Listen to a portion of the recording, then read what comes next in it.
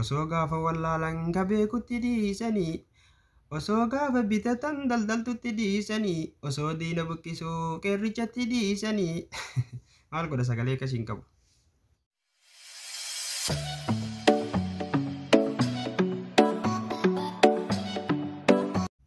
Hayyee Fayyisaa Furee sirba ajaa'ibaa sirba hedduu namatti tolu sirba miidhagaa viidiyoon isaa qulqullina ajaa'ibaa qaba sagaleen isaa akkasii geerarsaa sirba immoo haala yerootti walitti deemudha sirba guutuu viishin intartaayimenti irratti deemati dhaggeeffadhaadha asirratti ammoo mee hiika sirba sanii takka takkaan addaan babal'isnee waliin ilaalla walaloo isaatii fi hiika sirba isaa hiika walaloo sanii haala yerootiin sirriitti kan wal madaaludha jalqaba irratti mee xiqqoo sirba dhaggeeffannee hiika itti kennina.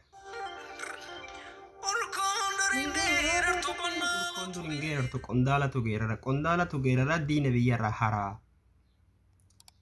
Qondaalatu geerara jechuun qondaalli akka aadaa Arsiitti nama dura nama diina ajjeesee dhufee galee geeraruudha. Akkasuma immoo nama bineensa akka leencaa fa'aa qeerransaa fa'aa waan akkasii ajjeesee galee geeraru jechuudha. Urkoo jechuun ammoo warruma akkasumatti walalumaan ufuma akkanumatti geeraru jechuudha. Kanaafuu urkoon duri hin geerartu. Qondaalatu geerara diina biyyarraa haraa ka diina biyyarraa haruu danda'u sun illee ka diina ajjeesee galu sanidha. Urkoo akkanumaa walaloon geerartuu miti. Qondaalli ammatti nu qabnu ka akka Jawaar fa'aa ka akka Marroo fa'aa jechuudha. Itti aansee maal jedhaa kanumatti korma lammiin jala yaatu ka gurra diinni sodaatu jedha. Qondaala jechuudha kun. Qondaalli nu ammaaf qabnu ka diinni sodaatu ka lammiin jala yaatu ka bosona jiru Marroo fi akka Jawaar fa'aa Baqqalaa kanneen jechuudha. Akkasii sanitti aansee ammoo osoo gaafa wallaalan ka beekutti dhiisanii. Gaafa wallaalan gaafa dubbiin si dhibde anatu beeke jedhanii dubbii borcoo osoo hin taane osoo gaafa wallaalan san ka beekutti dhiisanii. Osoo gaafa bitatan daldaltutti dhiisanii. Gaafa bitatan waa'ee bittaa fi gurgurtaa gatii gadi buusuu fi ol kaasuu daldaltutti beekaa osoo daldaltutti dhiisanii. Osoo gaafa diina buqqisuu qeerrichatti dhiisanii. Gaafa diina buqqisan silaa qeerroma jalaa goranii qeerrootti gadi dhiisanii. Osoo gaafa siyaasaa hayichatti dhiisanii. Gaafa siyaasaa hundasaa anatu beeka siyaasaa anatu beeka anas caala beeka jedhanii kan waa'ee siyaasaan baratiin akkanumaan keessa seenanii borcoo osoo hin taane osoo hayicha siyaasatti dhiisanii osoo xiinxalaa siyaasatti dhiisanii fakkeenyaaf akka Jawaar kana fa'aatti osoo dhiisanii jala goranii waa'ee siyaasaa isatu beeka. Osoo gaafa araaraa jaarsolitti dhiisanii gaafa dubbii araarsan gaafa nama araarsan gaafa nama waloon araarsan gaafa biyya araarsan osoo jaarsolee jalaa goranii waa'ee araaraa osoo hin beekne dubbii seenanii laaqoo osoo hin taane osoo jalaa goranii.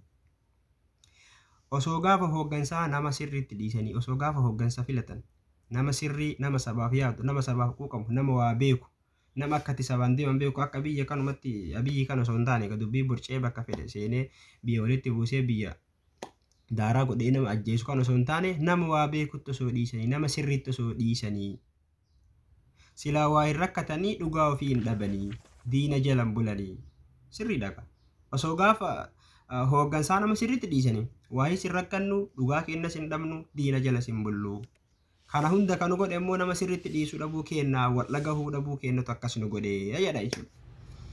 Ayyaana biraa immoo bara caamni hammaate baddaa margatu haphata deebisatu loongata sa'aa nama yarata horsiiftuu jiruun dhibee bara caamni hammaate baddaa margatu haphata deebisatu loongata deebutu loon ajjeesa. Sa'aa nama yarataa horsiiftuu jiruun dhibee bara gantuun hammaate kaayotu mucucaata bara qabsoo dheerata injifannotu fagaata qabsaayaa jiruun dhibee bara gantuun hammaatte kaayotu mucucaata gantuu yoo hammaatte basaastu yoo hammaatte kaayoo ati deemtu sotu mucucaata si harkaa balleessiti akka manugoote kan jechuudha.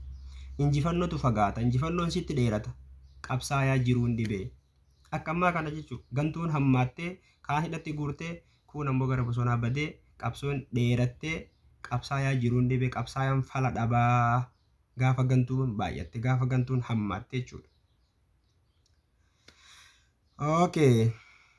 Bara girrisaan bo'e eegduun midhaan hin baaftu ariiteellee hin dhaqqabdu ooyiruun barakaa hin qabdu qotattuu jiruun dhibee kunis hiika addaa ofii qaba sookoo fi soorgoo qaba jechuun hiika dhokataa fi ifa bahaa qaba jechuudha.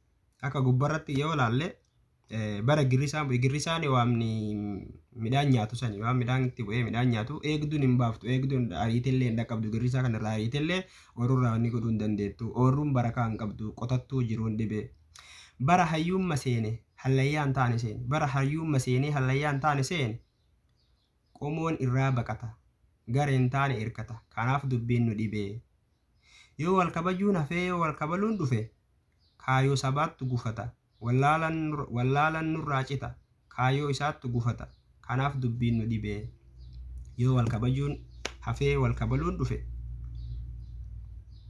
kaayoo sabaattu gufata kanaaf dubbiin nu dhibee kanatu harkaanu qaba dubbachuuf nama dhiba callisuuf nama guba waa hedduun nu rakkise kanatu harkaanu qaba dubbachuuf nama dhiba callisuuf nama guba waan goonu wallaalle gantu baay'atee qabsaayamma seene gantu baay'atee bara hayyumma seene hallayyaan taane seene hayyoota nu hedduu tokko tokko kan qabnutu maseene hallayyaan taane seene warra islaama hayyuu jenneen fuulduratti ilaalaa turretu hallayyaan taanetti qabu gatee jira garaaf bitamee jechuudha.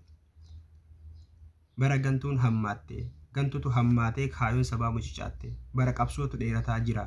Walumaa galatti cuunfaa dubbii gaafa wallaalle ka beekutti dhiisuu dhabnee nutu beeka jecha kana nu godhee gaafa waa bitannu daldaltutti warra waa'ee bittaa beekutti gaafa siyaasaa warra waa'ee siyaasaa beekutti gaafa araaraa warra waa'ee araaraa beekutti dhiisuu dhabuu keenyatu kana nu godhee gaafa hooggansaa nama sirrii dhiisuu dhabuu keenya nama sirrii hooggana filachuu dhabuu keenyatu asiin nu gahee barana gantutu hammaatee gantuun hammaattee qabsoon nuti dheerattee qabsaayaa jiruun dhibee qabsaayaan akkamitti akka jiraatu maal akka godhu malli harkaa badee gantutu baay'ate kanatu harkaanu qabaa callisuufis nama gubaa dubbachuufis nama dhibaa haala kanaan rakkannee jedhachuuf isa dubbii gaggabaabsinaa keessaa laallechuudha. Akkasii sirba guutuu isaa Vision Entertainment irratti deemtanii daawwachuu dandeettanii amma haga keessaa naa hubadde haga keessaa fudhachuu danda'e keessaa fudhadhee hagas isinii hiike isinis ammoo sirba guutuu dhageeffattanii akka isinii galetti waan isinii gale irraa fudhachuu dandeettu tarii ammoo akka hiike kana alatti gara biraatti hiikachuu dandeettu. Anammoo akkanaa galetti akkasii yaada keessan koomentii irratti barreessuu hin dagatina walaa butuuf subscribe godhaa isiniin jechuudha barbaada nagatti.